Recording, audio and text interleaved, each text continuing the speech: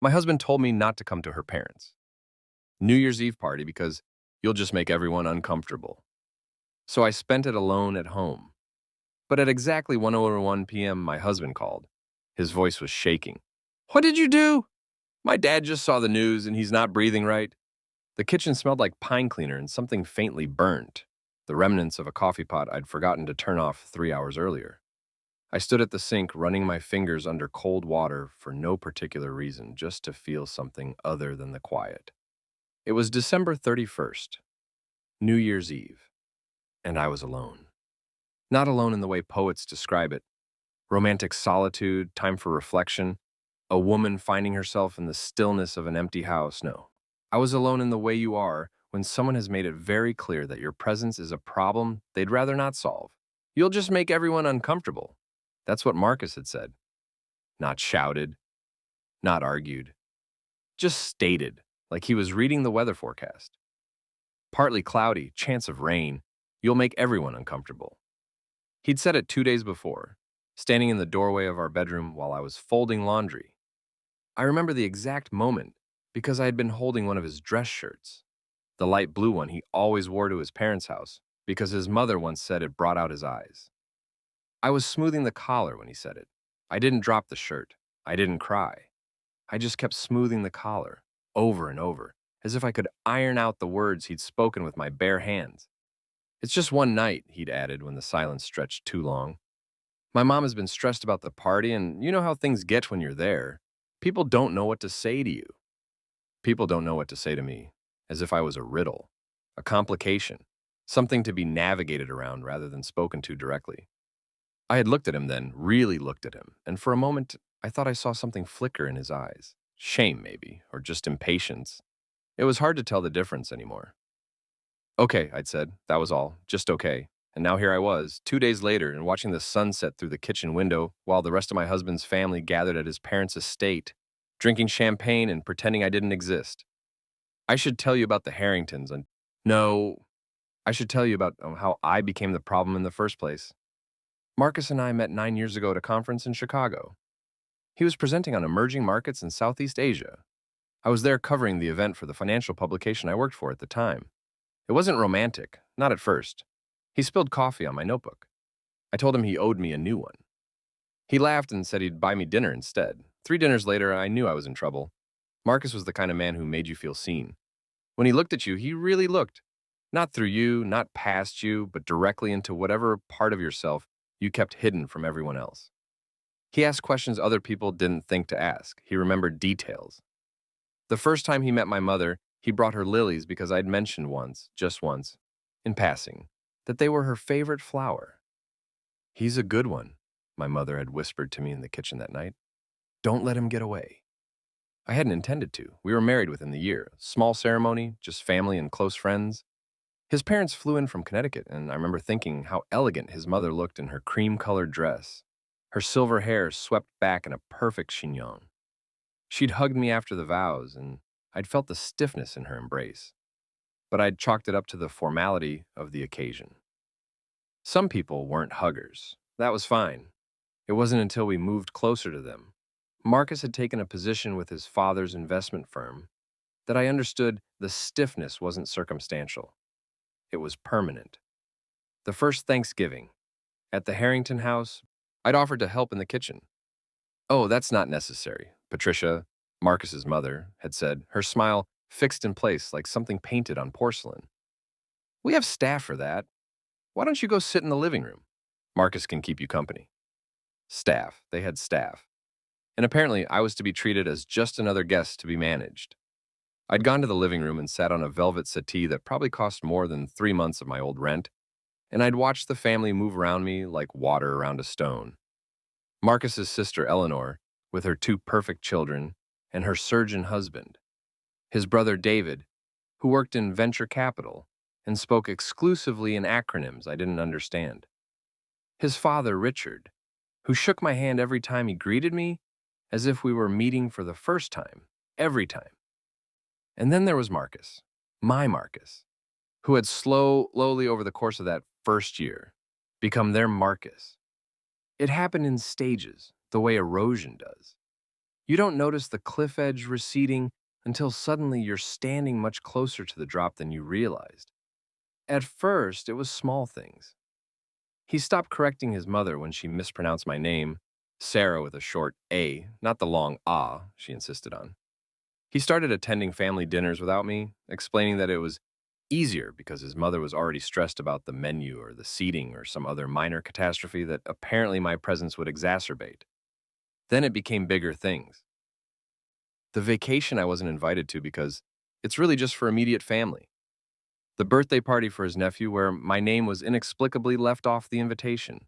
The Christmas Eve gathering where I showed up only to discover that no place had been set for me at the table. I'm sure it was just an oversight, Marcus had whispered, his hand on my elbow as he guided me toward a folding chair someone had hastily pulled from a closet. But I'd seen Patricia's face when we walked in, the slight tightening around her mouth, the way her gaze had flicked to the perfectly set table and then back to me, as if calculating how much of an inconvenience my existence was proving to be. It wasn't an oversight. And somewhere deep down, beneath all the excuses and explanations and apologies, I think Marcus knew that too. I stopped attending family gatherings after that Christmas. Not because I was asked to, not directly, but because the asking had become unnecessary. The weight of subtle exclusions had accumulated into something I could no longer pretend not to feel. Every interaction with his family left me lighter somehow, as if pieces of myself were being scraped away each time I walked through their door. So I made excuses, work deadlines, headaches, a friend who needed me. Marcus would go alone, and when he came back, he'd give me the highlights in the same tone someone might use to describe a meeting they'd attended. Neutral, factual, as if I hadn't just spent the evening alone while he clinked glasses with people who thought I was beneath them. They're warming up to you, he'd say sometimes, and I'd nod because it was easier than arguing. But they weren't warming up to me. They were forgetting me. And so was he. By year 4, I'd become a ghost in my own marriage. I don't mean that Marcus was cruel, he wasn't. He still kissed me goodbye in the mornings, still asked about my day when he came home, still reached for me in the dark when the house was quiet. But there was a distance now, a buffer zone that had formed between who he used to be and who he had become. I tried to talk to him about it, once, maybe twice. The conversations always ended the same way, with him exhausted and defensive, with me feeling like I was asking for something unreasonable. I can't control how they feel about you, he'd said once, pinching the bridge of his nose. I'm doing the best I can. Are you? I'd asked, and I hadn't meant for it to sound as sharp as it did. He'd looked at me then with something close to hurt, and I'd felt guilty for days afterward. He was caught in the middle, I told myself. He loved me. He loved his family. It wasn't fair to make him choose, so I stopped asking him to. And maybe that was my first mistake. Or maybe the first mistake was believing I could love someone enough to disappear. The thing about disappearing is that it happens slowly at first.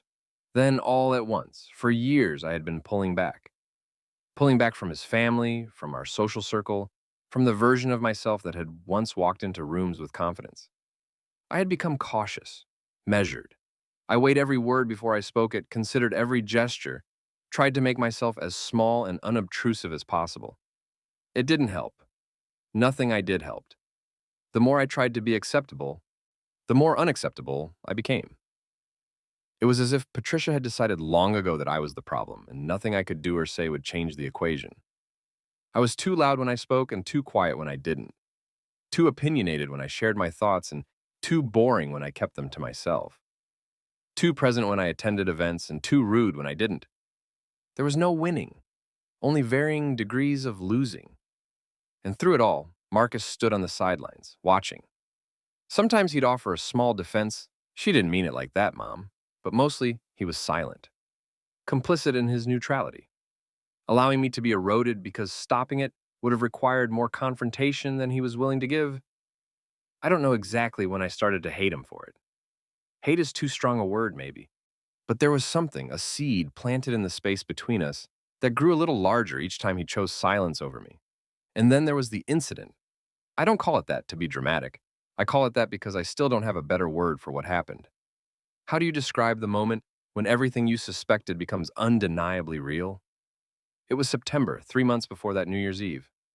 We were at a charity gala, one of those black tie events that the Harringtons hosted every year to remind everyone how the philanthropic they were. I hadn't wanted to go. Marcus had insisted. It'll look strange if you're not there, he'd said, adjusting his cufflinks in the mirror. People will talk. People will talk. As if that was the worst thing that could happen. As if the opinions of strangers mattered more than the quiet devastation of his wife. But I'd gone. I'd put on the navy dress he liked, the one that made me look appropriate, without being attention-seeking. His mother's words, delivered as a compliment, once that still stung years later. I'd smiled and shaken hands and pretended that I belonged in a room full of people who had been told, in countless small ways, that I didn't. The incident happened near the end of the evening. I'd been standing near the bar, waiting for a glass of water, when I overheard Patricia talking to one of her friends. They were maybe 10 feet away, partially obscured by a column, and they clearly didn't know I was there.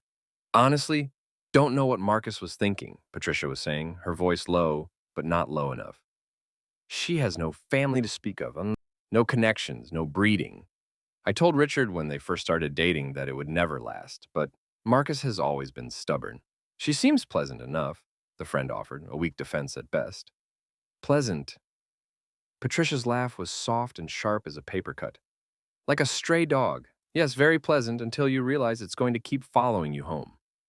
My hands were shaking, I remember that clearly. The way my fingers trembled against the bar top. The way my breath caught in my throat like something had lodged there and refused to move. I should have walked away.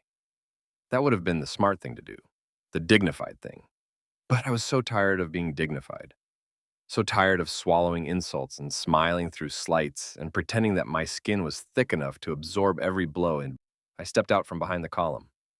"Mrs. Harrington," I said, and my voice sounded strange even to my own ears. Calm, but hollow. "I believe you dropped something."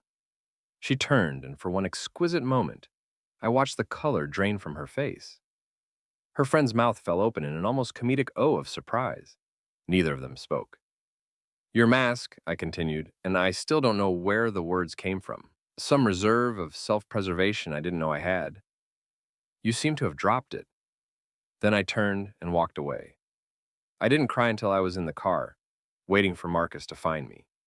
And by the time he did, 20 minutes later, oblivious to what had happened, I had wiped my face clean and rebuilt my composure into something almost convincing. I never told him what I'd overheard. What would have been the point? He would have excused it, minimized it, told me I was being too sensitive, and I didn't have the energy for another conversation that ended with me feeling smaller than when it began. But something had shifted inside me that night. Some last, stubborn thread of hope had finally snapped. I was done pretending. The weeks after the gala were strange. Outwardly, nothing changed. Marcus and I still went through the motions, dinners, conversations, the choreography of married life. But I had begun to see everything through a different lens. A clearer one, maybe, or just a more honest one. I started paying attention to things I had previously ignored. The way Marcus's tone shifted when he talked about his family. Reverent, almost deferential, as if they were royalty and he was merely a courtier. The way he never questioned their decisions, their judgments, their right to determine who was worthy of belonging. And I started remembering things. Comments Patricia had made over the years that I'd filed away. Not wanting to seem paranoid. The time she'd asked where my people were from. Her emphasis on the word, making it sound like an accusation. The way she'd examined my wedding ring. A modest diamond Marcus had chosen himself, with a tiny smile that could have meant anything. The Christmas gifts she'd given me the first year we were married. A self-help book called Fitting In, a guide to social success. "Just a little something I thought might be useful," she'd said, her smile wide and innocent. I had thanked her for it. I had actually thanked her. The more I remembered, the angrier I became. Not a hot, explosive anger. I had never been good at that kind, but something slower, colder, an anger that settled into my bones and made me very, very still. In October, I started looking through Marcus's files. I know how that sounds, I'm not proud of it. But I had begun to sense, in the way you sense a storm before the clouds fully form, that there were things I didn't know, things I perhaps had never been meant to know. Marcus worked for his father's firm, Harrington Capital. I'd always been vaguely aware of what they did, investments, acquisitions, the kind of financial maneuvering that required expensive lawyers and complicated contracts. I'd never asked too many questions because Marcus didn't like to talk about work at home. It's all very boring, he'd say, changing the subject. Numbers and spreadsheets. You'd fall asleep. But I had a degree in financial journalism. I'd spent years covering markets, on analyzing companies, following the money trails that powerful people tried so hard to hide. And I was starting to suspect that the reason Marcus didn't want me asking questions had nothing to do with boredom. The files I found were in his home office, in a locked drawer I'd never thought to investigate before. The key was in his sock drawer, which was either a testament to his lack of imagination or his absolute certainty that I would never think to look. He was wrong about a lot of things. That was one of them. The documents were dense and technical, shell companies, offshore accounts, transactions with entities whose names meant nothing to me. But I knew how to read between the lines of a balance sheet. I knew what it looked like when money was being moved to avoid scrutiny, and I knew what it meant when some of those transactions linked back to a development project in North Carolina that had displaced hundreds of families from their homes. I didn't put it all together right away. It took weeks of careful reading, of cross-referencing names and dates and amounts. But slowly a picture began to emerge. A picture of a family that had built its wealth not just on smart investments, but on a foundation of exploitation, fraud, and a callous disregard for anyone caught in the gears of their ambition. The Harringtons weren't just wealthy. They were criminals in three-piece suits and smiling for photographs at charity galas, while people whose lives they'd destroyed had wondered how they would pay their rent. And Marcus, my Marcus, had known, had participated, had helped hide the evidence in carefully labeled folders in a locked drawer in our home. I don't know how to describe what I felt when the full weight of it settled on me. Betrayal, yes, but also something stranger, a kind of terrible clarity. All those years of being treated like an outsider, a contaminant, a threat, it suddenly made a different kind of sense. They hadn't rejected me because I wasn't good enough. They had rejected me because I saw too clearly, because I asked too many questions, because somewhere in the sharp, animal part of their brains they had sensed that I was dangerous. And they were right. I spent the next 2 months in a kind of fugue state. On the surface, I continued to be the wife Marcus expected, quiet, accommodating, present, not too present. But beneath that surface, something was happening. I was gathering, documenting, building a case, not for any court, but for myself. I needed to understand the full scope of what I'd married into before I decided what to do with that knowledge. The more I dug, the worse it got. There was the senior living community in Florida that the Harringtons had invested in, a facility that had been cutting corners on care, resulting in multiple deaths that had been quietly settled out of court. There was the pharmaceutical company in which Richard Harrington held a significant stake, a company that had suppressed research about dangerous side effects to protect its profit margins. There was the real estate scheme, the one that had started my investigation. Families evicted with barely any warning so that luxury condos could be built on land they had lived on for generations. And woven through all of it, like a thread stitching together a tapestry of ruin, was the Harrington name, Richard's signature on documents, David's emails coordinating cover-ups, even Eleanor's husband, the surgeon, approving treatments he knew were unnecessary to generate more billing. They were all complicit, every single one of them. And Marcus, my husband, the man who had promised to love me in sickness and in health, in good times and bad, Marcus was the one who made the problems go away. He was the cleaner, the fixer, the family member whose job it was to ensure that nothing ever stuck, that no scandal ever grew too large to contain, that the Harrington reputation remained as spotless as Patricia's white carpets. I had married a man whose job was to hide bodies, not literal ones, at least. I didn't think so, but the metaphorical kind, the kind that accumulated when you treated people as numbers on a spreadsheet rather than human beings with lives and families and hopes. And he had hidden me too, in a way. Hidden me from his family. Hidden his family from me. Hidden the truth of who they were so that I would stay compliant and quiet and easy to manage. Until I wasn't. By December, I had made my decision. I wasn't going to confront Marcus directly. That would have been pointless. He would have denied everything, gaslit me, maybe even threatened me.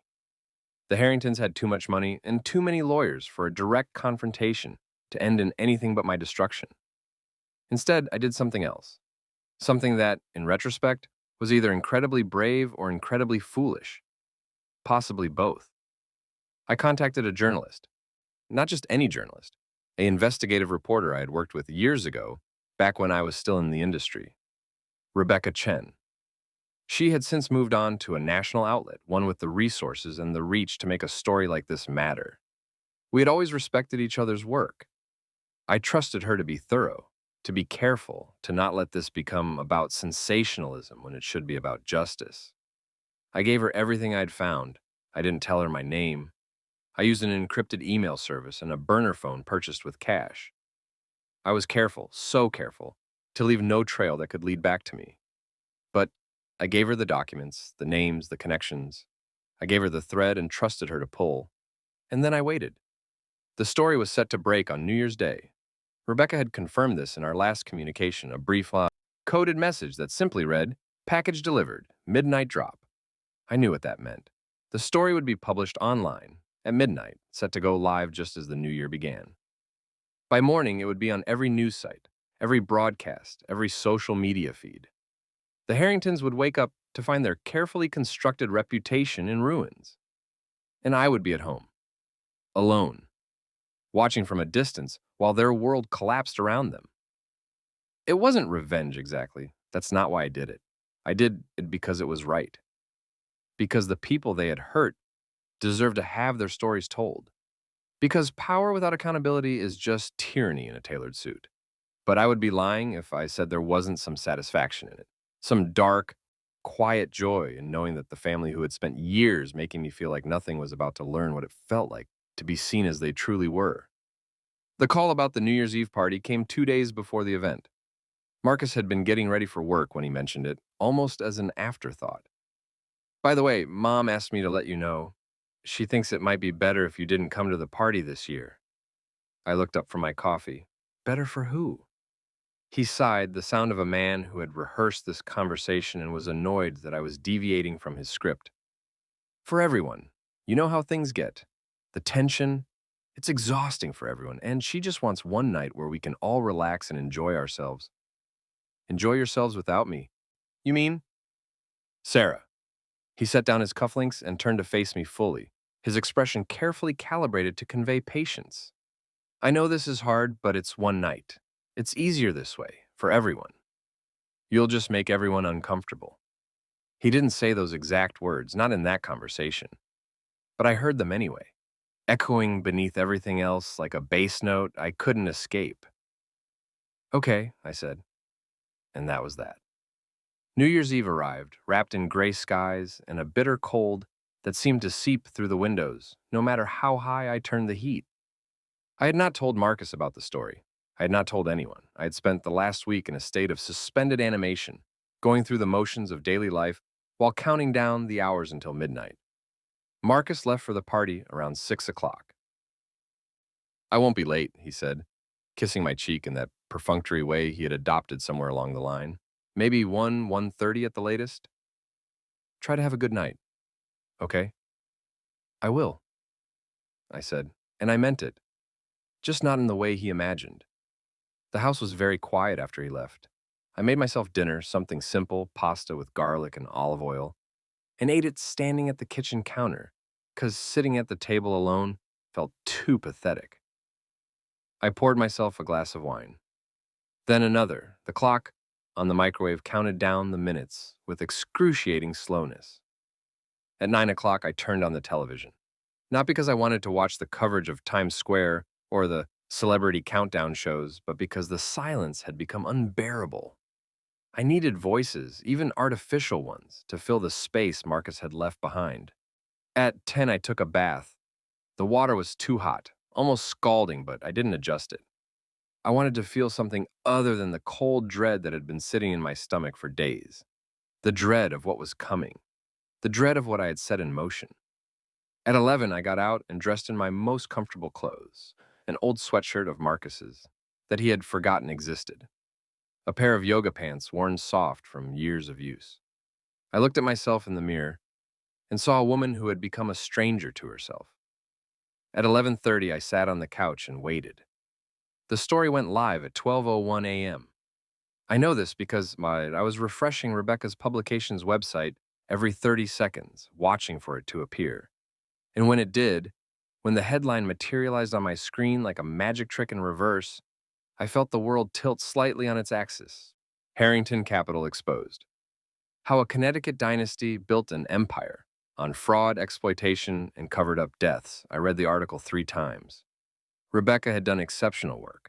She had taken my documents and expanded on them, finding additional sources, additional victims, additional evidence that I hadn't even known existed. The piece was exhaustive, meticulous, and utterly devastating. It named names. It cited figures. It included statements from families who had been destroyed by Harrington Investments, their words raw and unfiltered. And at the center of it all, like a spider at the heart of a web, was Richard Harrington, patriarch, philanthropist, fraud. I closed my laptop and sat in the dark. Outside, I could hear fireworks in the distance, the muffled pops and crackles of celebration, of people welcoming the new year with champagne and kisses and hope. But inside the house, everything was still, everything was waiting. I didn't know exactly when the Harringtons would see the story. I imagined them gathered around the television, toasting each other's health, congratulating themselves on another year of success. I imagined Patricia in her designer gown holding court among her guests. I imagined Marcus standing in the background, smiling that practiced smile he had learned from his father. And then I imagined the moment when someone's phone buzzed, when a news alert interrupted the festivities, when someone said, "Wait, isn't that?" and everything stopped. I imagined, but I didn't know. I wouldn't know until later. The phone rang at 1:01 a.m. I had been dozing on the couch, half asleep in that strange twilight state between consciousness and dreams. The sound of the ringtone, the same generic tone Marcus had used for years, cut through the silence like a knife. I answered on the third ring. "Sarah." Marcus's voice was strange, strangled, as if he was speaking through layers of something thick and suffocating. "Sarah, what did you do?" I sat up, my heart suddenly pounding. "What? Don't, don't play stupid with me. Dad just saw the news. There's this article, this story, and he's not breathing right. Sarah, he's having trouble breathing, and we called 911, and," his voice cracked. "What did you do?" I held the phone away from my ear for a moment, just looking at it, at this small device that connected me to a man I had once loved, a man who was now accusing me of something without even knowing what to accuse me of. "I don't know what you're talking about," I said. And it wasn't even a lie, not really. I hadn't done anything to Richard Harrington. I hadn't forced him to build his fortune on other people's suffering. I hadn't made him sign those documents, authorize those cover-ups, destroy those lives. All I had done was tell the truth. The story! Marcus was almost screaming now. "There's a story, it's everywhere. About Dad, about the firm, about Sarah. They're saying things, terrible things, and it's all lies, it has to be, but Dad..." "Marcus," I kept my voice very calm, very level. "If your father is having trouble breathing, you should stay off the phone and stay with him until the ambulance arrives." There was a long silence. Then Mom, in a voice I barely recognized, "Did you do this?" I closed my eyes. How to answer that question? Did I do this? I gathered the evidence. Yes, I passed it along to someone who could use it. But did I create the evidence? Did I make the Harringtons do the things they did? Did I force them to lie and cheat and destroy lives for profit? No, I didn't do any of that. "I don't know what you mean," I said again. "I've been home all night, alone, because you told me I would make everyone uncomfortable." And then I hung up. The next few hours are a blur in my memory. I know I sat on the couch for a long time, staring at nothing. I know the phone rang again, multiple times, and I didn't answer. I know I eventually got up and made myself a cup of tea, though I don't remember drinking it. At some point, the sun rose, a thin, gray light filtered through the curtains, washing everything in the color of old bones. I stood at the window and watched the world wake up around me. This world that was suddenly, irrevocably different from the one that had existed the day before. The news was everywhere. I turned on the television and flipped through the channels. Every network was covering the story. Analysts were breaking down the financial details. Former employees were being interviewed. Families who had lost everything were finally being given a platform to share their grief.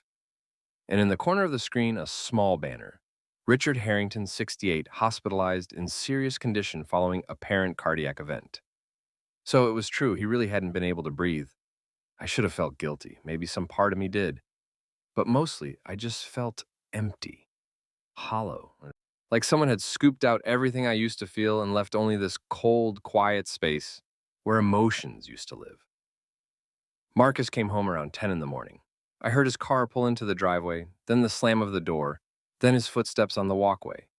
The front door opened and closed with more force than necessary. And then he was standing in the living room, looking at me with red-rimmed eyes and a face I didn't recognize.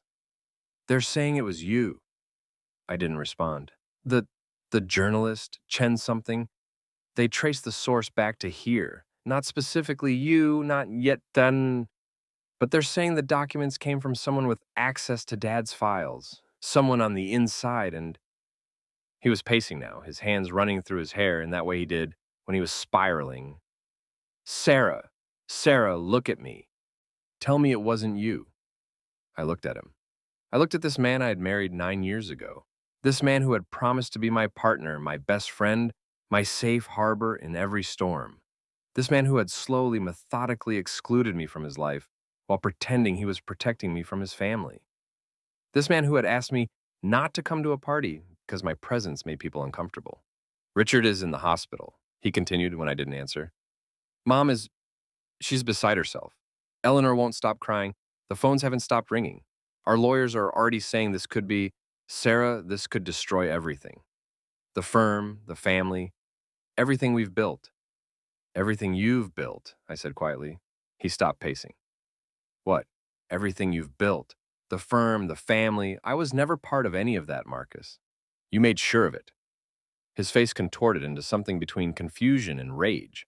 "What the hell are you talking about? I tried. I've spent years trying to integrate you, trying to help you fit in. Fit in." I laughed, though there was no humor in it. "Like a stray dog someone picked up on the highway and tried to make respectable. That's what your mother called me, a stray dog. Pleasant, but always following you home." The color drained from his face. "When did she—" "September, the gala. She didn't know I was listening." I stood up, and it felt like standing up for the first time in years. "I heard a lot of things I wasn't supposed to hear, Marcus. I learned a lot of things I wasn't supposed to know. About your family, about your firm, about you. Sarah, did you know about the families in North Carolina? The ones who lost their homes so your father could build luxury condos on their land?" He was silent. "Did you know about the nursing home? The people who died because your investors were cutting costs?" Still silent. "Did you know about any of it, Marcus? Or did you just not want to know?" He sank onto the arm of the couch, suddenly looking much older than his 41 years. "It's, you don't understand. It's complicated. Business is complicated. You can't—" "I can't what? Tell the truth? Hold people accountable?" I moved toward the doorway, then stopped. "Your father built his empire on other people's suffering. Your whole family did. And I spent years twisting myself into knots, trying to be acceptable to people who never had any intention of accepting me. People who were terrified of me, actually. Because somewhere in that lizard brain of your mother's, she knew I was a threat. This isn't— Sarah, you've ruined us. Do you understand that? You've ruined everything." "No." I shook my head. "You ruined yourselves. I just made sure everyone else found out." The next few days are harder to describe. Marcus moved into the guest room. Then, 2 days later, he moved out entirely, back to his parents' house, or what remained of it as a sanctuary. The Harrington estate had become something between a fortress and a crime scene, surrounded by reporters and cameras and the kind of relentless attention the family had always courted in better circumstances. Richard survived. Barely. He had suffered a minor heart attack, apparently triggered by the stress of seeing his name and face plastered across every news outlet in the country. Patricia issued a statement calling the allegations baseless and defamatory before lawyers advised her to stop speaking publicly. Eleanor's husband quietly resigned from his hospital position. David's venture capital firm announced it was reviewing its relationship with Harrington Capital. And through it all, I stayed in the house. Our house, the house Marcus and I had bought together, the house I'd never quite felt like I belonged in.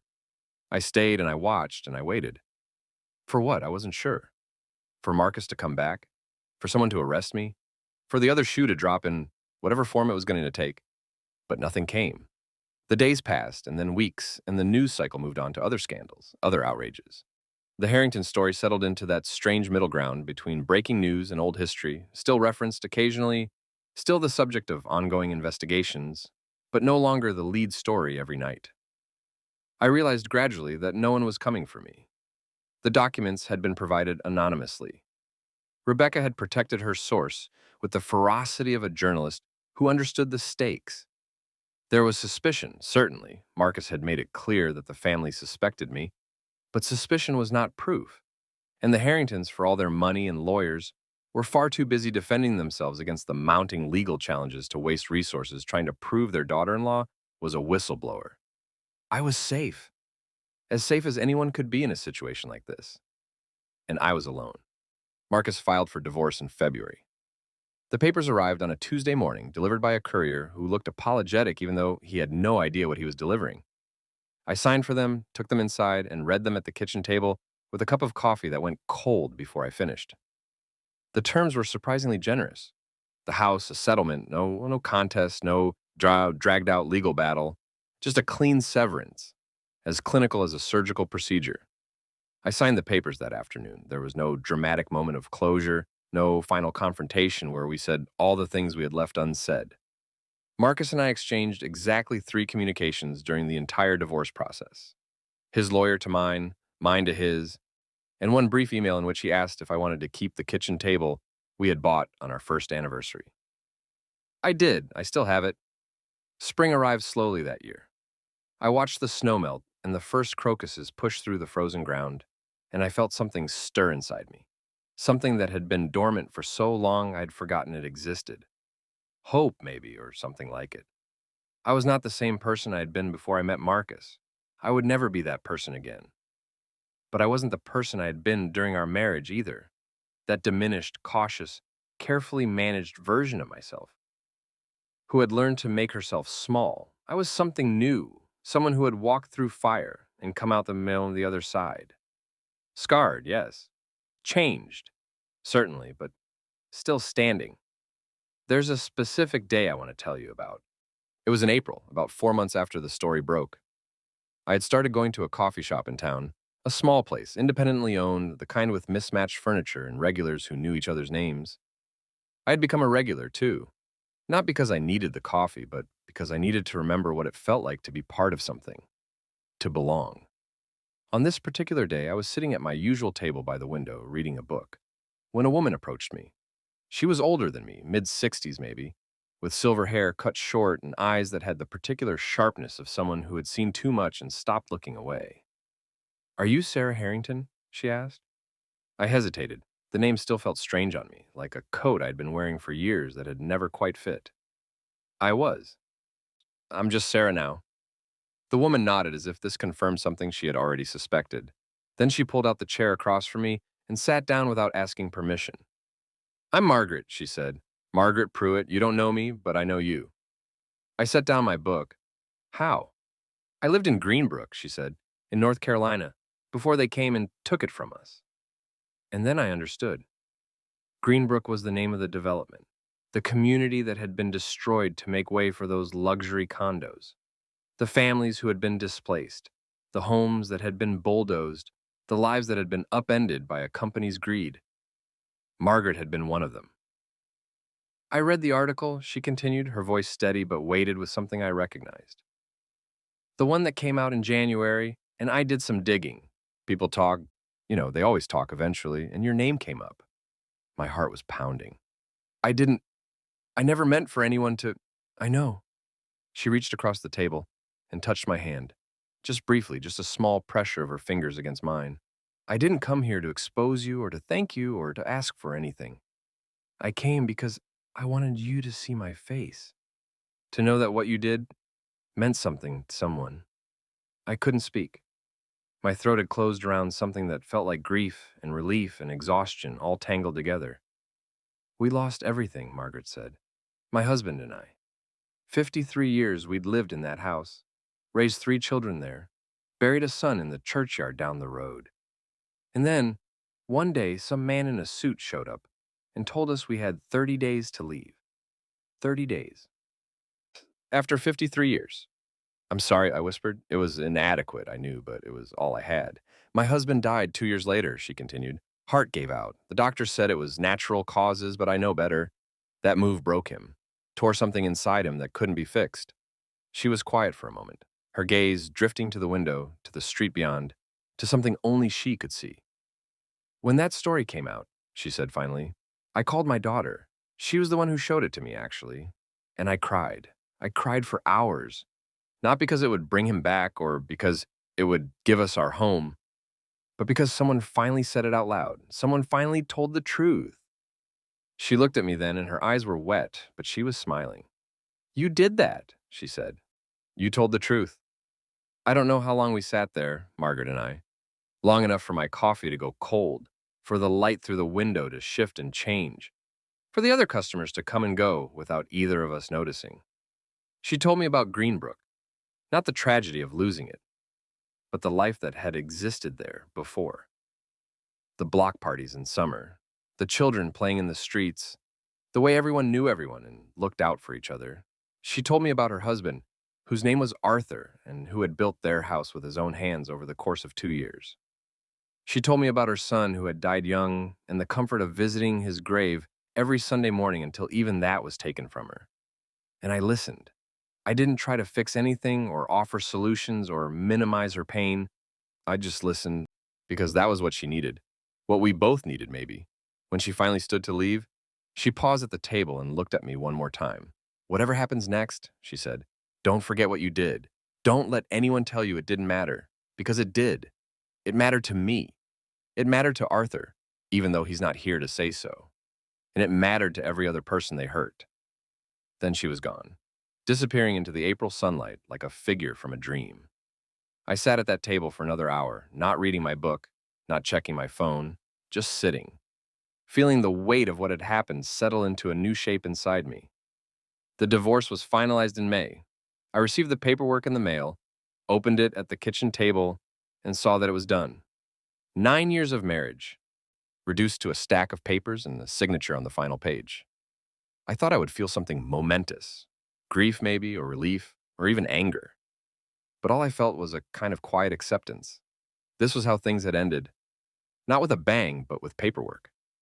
Marcus and I had not spoken directly since that morning after the story broke.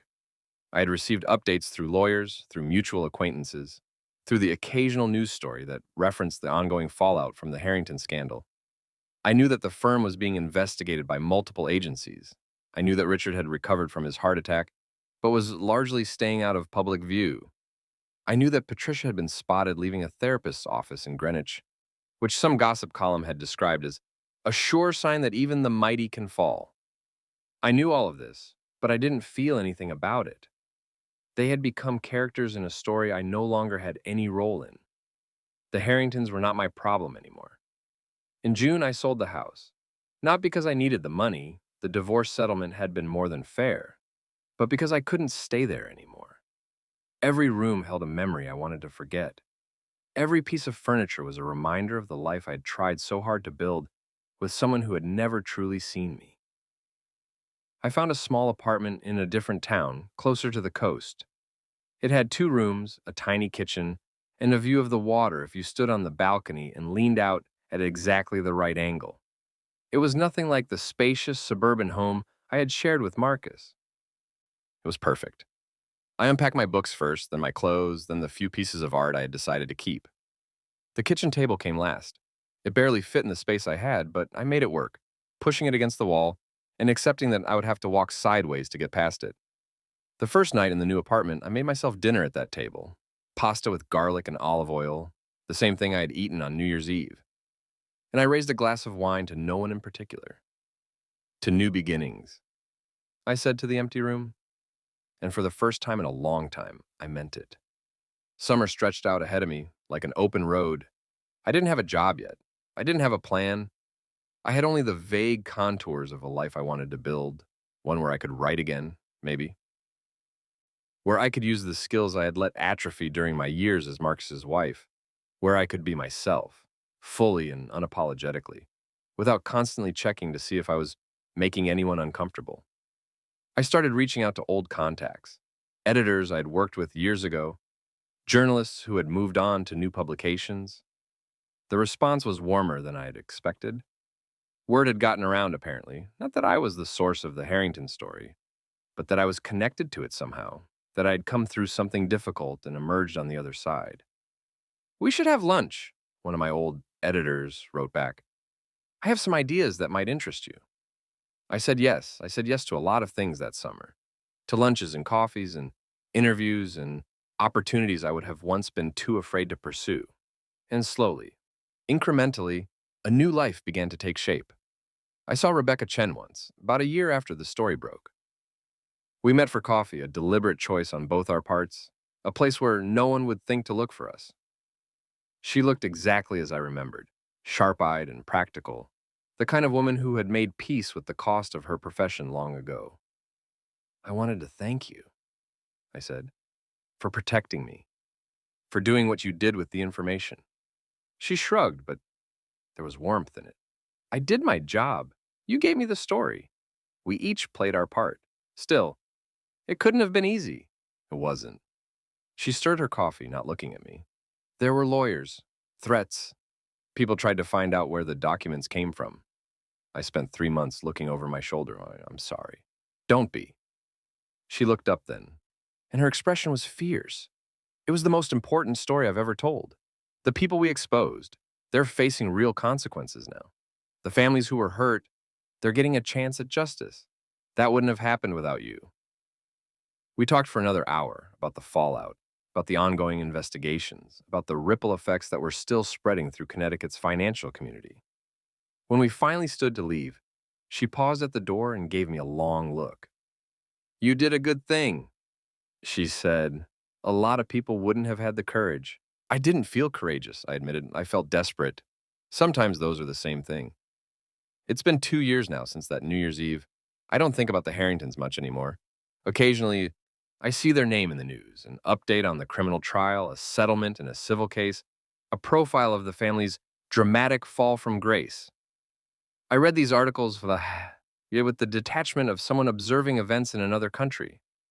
It doesn't feel like my story anymore. It's just history. Marcus remarried last year. I heard about it from a mutual friend, someone who had stayed in touch with both of us and felt obligated to pass along the information. His new wife is younger, apparently.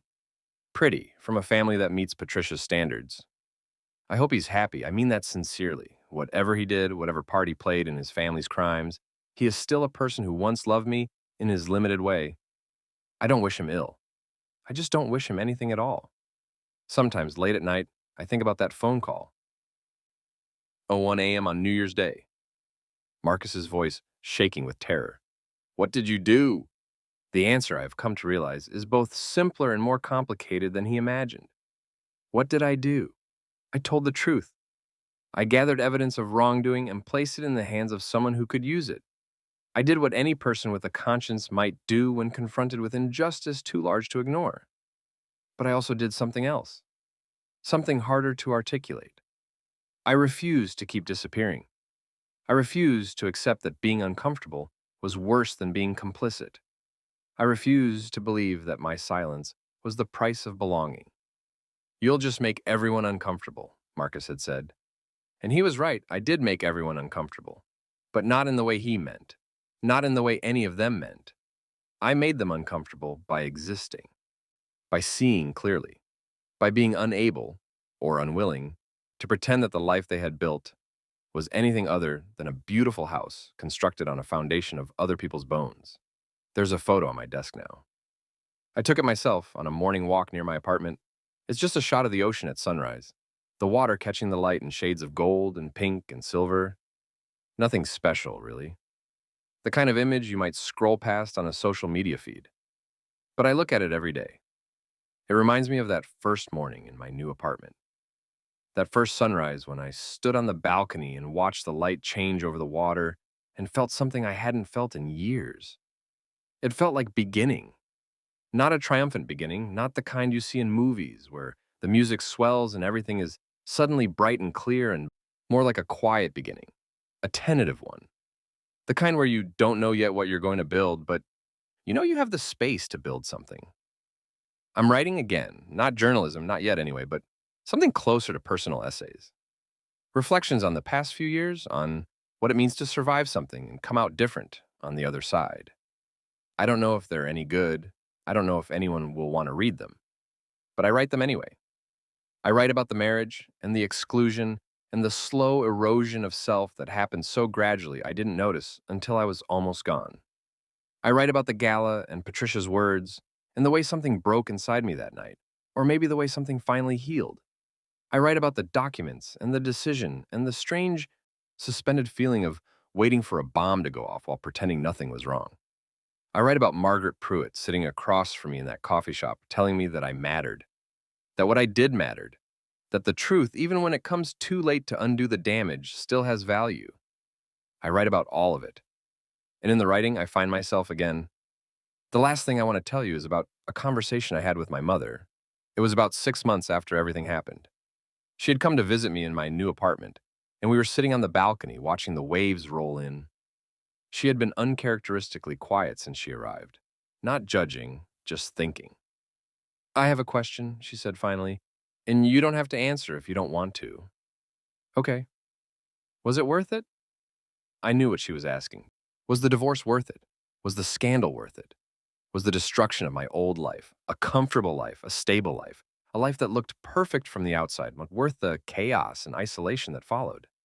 I thought about it for a long time before I answered. I don't know, I said finally, and I don't know if worth it is the right way to think about it. She waited. I couldn't keep living that way, I said. I was disappearing. I was becoming someone I didn't recognize, someone who had learned to accept being treated as less than. And when I found out what they were, what Marcus was helping them do, I couldn't pretend I didn't know. So you did the right thing. I did the necessary thing. I shook my head. Whether it was right, I don't know. A lot of people got hurt. Richard almost died. The family is in ruins. Was that right? My mother was quiet for a moment. Then she said, what about the other people, the ones they hurt? They're getting justice. Some of them, anyway. The investigations are ongoing. The victims are being heard. And what about you? I looked at her, this woman who had raised me, who had always believed in me, who had watched from afar as I diminished myself to fit into a family that never wanted me. I'm still figuring that out, I said. But I'm here. I'm myself again, or closer to myself than I've been in a long time.